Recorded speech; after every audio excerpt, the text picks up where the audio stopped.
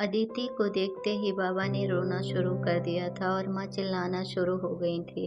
माँ बोली, बाप ने बुला लिया और बेटी दौड़ी चली आई। अरे हम मियाँ बीवी के बीच में पड़ने का हक मैंने किसी को नहीं दिया है। आज हम झगड़ रहे हैं तो कल प्यार भी करेंगे। 55 साल हमने साथ में गुजारे हैं। मैं अपने बीच किसी को भी नहीं आने दूंगी। मैं इसके साथ नहीं रहूंगा, तुम मुझे अपने साथ ले चलो। कहते हुए बाबा बच्चों की तरफ फूट फूट कर रो पड़े।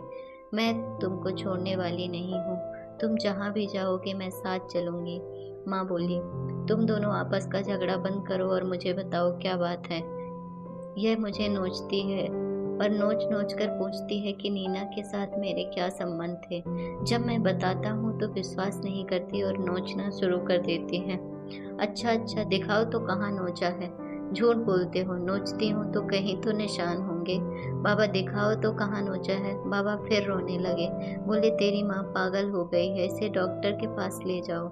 इतना कहते हुए उन्होंने अपना पजामा उतारना शुरू किया। माँ तुरंत बोली, अरे पजामा क्यों उतार रहे हो?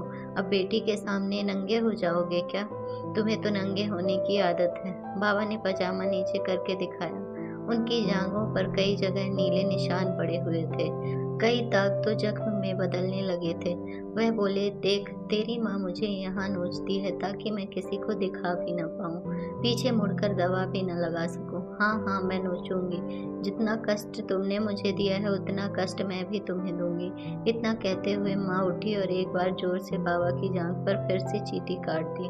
बाबा दर्द से तिलमिला उठे और अदिति के पैरों पर गिरकर बोले, बेटी मुझे इस नर्क से निकाल ले, मेरा अंत भी नहीं आता।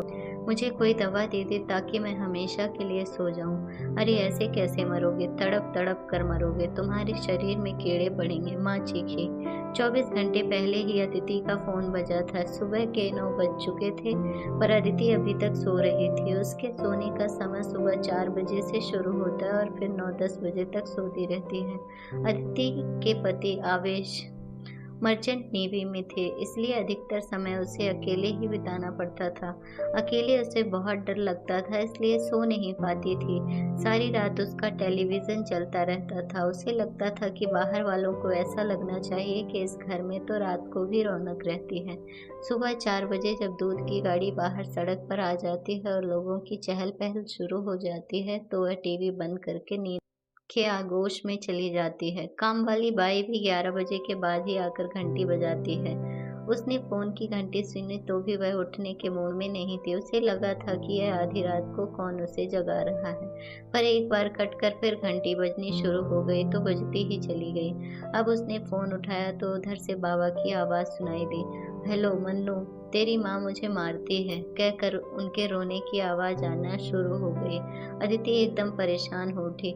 उसके पिता उसे प्यार से मन्नू ही बुलाते थे। 80 साल के पिता फोन पर उसे बता रहे थे कि 70 साल की माँ उन्हें मारती है। यह कैसे संभव हो सकता है? आप रो क्यों रहे हो माँ? कहाँ है? उन्हें फोन दो। मैं बाहर से बोल रहा हूँ, घर में उसके सामने मैं उसकी शिकायत भी नहीं कर सकता। इतना कहकर वो फिर रोने लगे। क्यों मारती है माँ? कहती है कि नीना राव से मेरा इश्क था। कौन नीना राव बाबा? वही हीरोइन जिसको मैंने प्रमोट किया था। पर इस बात को तो 40 साल हो गए होंगे। हाँ, 40 से भी ज्यादा। आज माँ को वह सब कैसे याद आ रहा है? मैं नहीं जानता, मुझे लगता है वह पागल हो गई है। मैं घर नहीं जाऊंगा, वह मुझे नोचती है, नोच नोच कर खून निकाल देती है, बाबा ने कहा और फिर रोने लगे। आप अभी तो घर जाओ, मैं माँ से बात करूंगी। नहीं, उससे कुछ मत पूछना, वह मुझे और मारेगी। अच्छा नहीं पूछती, आप घर जाओ, नहीं तो वह परेशान हो जाएंगे। अच्छा जाता हूँ, पर तू आकर मुझे ले जा, मैं इसके साथ नहीं रह सकता।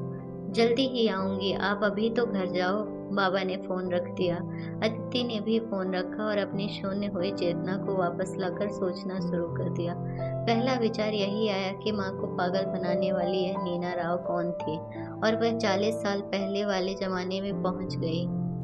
तब वह 12 साल की रही होगी और 7वीं कक्षा में पढ़ती होगी। तब उसके बाबा एक प्रसिद्ध फिल्मी पत्रिका के संपादक थे। बाबा और माँ का उठना बैठना लगातार फिल्मी हस्तियों के साथ ही होता था। दोनों लगातार सोशल लाइफ में ही व्यस्त रहते थे। अपने बच्चों के लिए भी उनके पास समय नहीं था। उनकी दादी माँ ही उन्हें पाल रही थी। रात भर पार्टियों में पीने के बाद दोनों जब घर लौटते तो आधी रात हो चुकी होती। सुबह जब अदिति और मयंक स्कूल जाते थे तब वो दोनों गहरी नींद में होते थे। जब अदिति और मयंक स्कूल से घर लौटते तो बाबा अपने काम में और माँ किटी और ताश पार्टी के लिए निकल चुकी होती थी। स्कूल में भी सबको पता था कि उसके पिता फिल्मी लोगों के साथ ही घूमते हैं, इसलिए जब भी कोई अफवाह किसी हीरो हीरोइन के बारे में उड़ती तो उसकी सहेलियां उसे घेर लेती थी और पूछती, क्या सच में राजेंद्र कुमार तलाक देकर मीना कुमारी से शादी कर रहा है? दूसरी पूछती, क्या देवानंद अभी भी सुरैया के घर के चक्कर लगाता है? तीसरी पूछती, सच बता, क्या तूने नूतन को देखा है? सुना है देखने में वह उतनी सुंदर नहीं है जितनी पर्दे पर दिखती है। ऐसे अनेक प्रश्नों का उत्तर अदिति के पास नहीं होता था, क्योंकि उसकी दादी माँ बच्चों को फिल्मी दुनिया की खबरों से दूर ही रखती थी।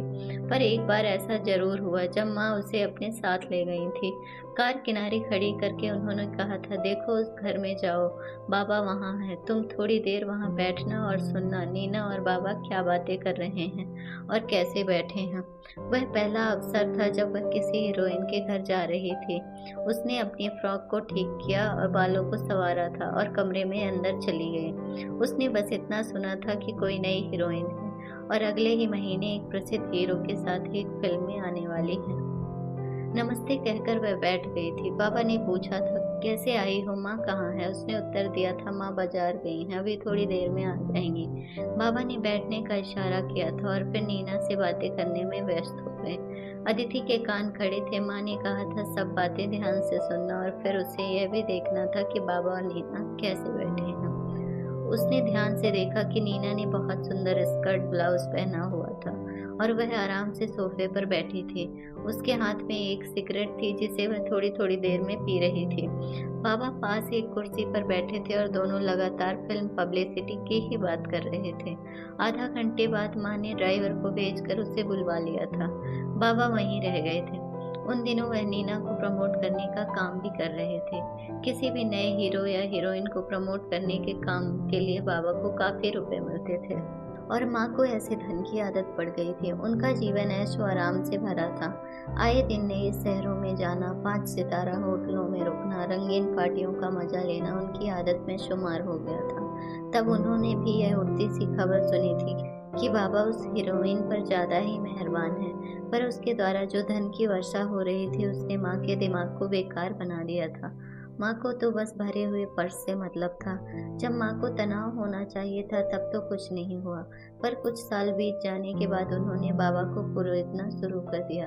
वह कहती, अच्छा सच सच बताना, नीना को तुम प्यार करने लगे थे क्या? बाबा बोलते, तुम्हारा दिमाग खराब हो गया है, तुम्हें पता नहीं है कि पब्लिसिटी के लिए क्या क्या कहानियां बनानी पड़ती हैं।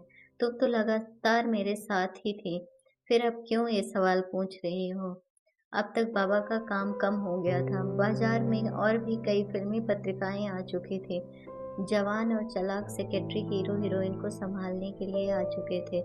ऐसे भी कभी कभी ही थोड़ा सा काम मिल जाता था। पैसे की भी काफी तंगी हो गई थी। जवानी में बाबा ने पैसे बचाया नहीं और अब पुरानी आदतें छूट नहीं पा रही थी, इसलिए माँ और बाबा में भी आपस में कहासुनी होनी शुरू हो गई थी। अब तक अदिति विवाह योग्य हो चुकी थी और उसने अपना जीवन साथी स्वयं ही चुन लिया था। मयंक भी काम की तलाश में अमेरिका पहुंच गया था। बुरी आदतें और अनियमित दिनचर्या के कारण बाबा की सेहत भी डगमगाने लगी। चारों तरफ से दबाव ही दबाव था। अब माँ के गहने बिकने शुरू हो गए थे। ऐसे में जब भी माँ का कोई गहना बिकता, अपना गुस्सा इसी प्रकार से बाबा से प्रश्न करके निकालती थी। कभी पूछती, अच्छा उस साल दिवाली पर तुमने रात नीना के साथ गुजारी थी ना? घर में कोई और भी था या तुम दोनों अकेले थे? बाबा जो भी उत्तर देते उस पर उन्हें विश्वास नहीं होता। ढलती उम्र, बालों में फैलती सफेदी और कमजोर होते अंग उन्हें अत्यंत शंकालु बनाते जा रहे थे। तब तक केवल माँ की जबान ही चलती थी। फिर अदिति का विवाह हो गया और वह विदेश चली गई। उसके पति की नौकरी अच्छी थी, इसलिए वह हर महीने माँ और बाबा के लिए भी पैसे भेजती थी। घर उनका अपना था, इसलिए आधा घर किराए पर दे दिया था। वहाँ से भी हर महीने पैसे मिल जाते थे। इस प्रकार दोनों का गुजारा भली प्रकार से चल रहा था। बीच बीच में अदिति का चक्कर मुंबई का लगता रहता था। तब उसने कभी इस बात की ओर ध्यान नहीं दिया कि दोनों आपस में झगड़ा किस बात को लेकर होता है। माँ कभी कभी उसे भी जली कटी सुना देती थी। बोलती, अरे बाबा ने जवानी में बहुत मस्ती मारी है, अभी वैसा नहीं है, इसलिए झुंझलाए रहते हैं। अब इस बूढ़े को कौन मुंह लगाएगा। माँ चुप हो जाओ, बाबा के लिए ऐसे कैसे बोलती हो, तुम भी तो मस्ती मारती थी। नहीं नहीं, मैं तो सिर्फ ताश खेलती थी, इनकी मस्तियाँ तो हाड़ मांस की होती थी। अदिति डांट कर माँ को चुप करा देती थी। उसने तो दोनों को जवानी में मौज मस्ती करते देखा भी था। अगर दादी नहीं होती तो उन दोनों भाई बहनों का बचपन पता नहीं कैसे बीतता। कुछ सालों बाद अदिति भारत लौट आई थी। उसने अपने बच्चों की शिक्षा के लिए चेन्नई को चुना था। अदिति के पति साल में 2 ही बार छुट्टी पर चेन्नई आते थे। अब साल में एक बार वह माँ बाबा को भी बुला लेती थी। एक माह बिताने के बाद वो मुंबई लौट जाते थे। जितने दिन बेटी के पास रहते बहुत सुख सुविधा में रहते, पर उनकी जड़ें तो मुंबई में थी, इसलिए उन्हें वहां लौटने की भी जल्दी होती थी। जितने दिन वो दोनों बेटी के पास होते उतने दिन उनमें झगड़ा नहीं होता था। पर अदिति ने देखा था कि माँ का व्यवहार थोड़ा अजीब होता जा रहा था। बाबा को दुखी देखकर उन्हें बहुत अच्छा लगता था। यदि बाबा को कोई चोट लग जाती थी तो वह तालियां बजाने लगती थी। उनकी इस बचकानी हरकत पर अदिति को बहुत गुस्सा आता था और वह माँ को डांट भी देती थी। लेकिन आज के फोन ने अदिति को हिलाकर रख दिया था। इतने बूढ़े पिता को उनकी जीवन संगिनी ही मार रही है और वह किसी से शिकायत भी नहीं कर सकते। उसने कुछ सोचा और मुंबई अपने मामा को फोन मिलाया। वह फोन पर बोली, मामा, माँ और बाबा कैसे हैं? इधर आपका चक्कर उनके घर का लगा था या नहीं? मैं 1 महीने से उनके घर नहीं गया हूँ। मेरे घुटनों में बहुत दर्द रहता है, मैं कहीं भी आता जाता नहीं हूँ। क्यों, क्या बात हो गई? उनका हालचाल जानने के लिए उनको फोन करो। सुबह बाबा का फोन आया था, रो रहे थे, मुझे बोल रहे थे आप जरा देख कर आइए क्या बात है। इतनी दूर से आना आसान नहीं है। तुम कहती हो तो आज ही दोपहर को चला जाता हूँ, तुम मुझसे वहीं बात कर लेना। ठीक है, मैं 2 बजे फोन करूँगी, कहकर अदिति ने फोन रख दिया।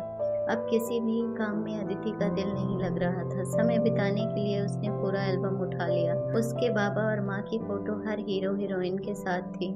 नीना राव के साथ एक फोटो में उसने माँ बाबा को देखा। नीना राव कितनी खूबसूरत थी। अदिति ने तो उसे पास से भी देखा था।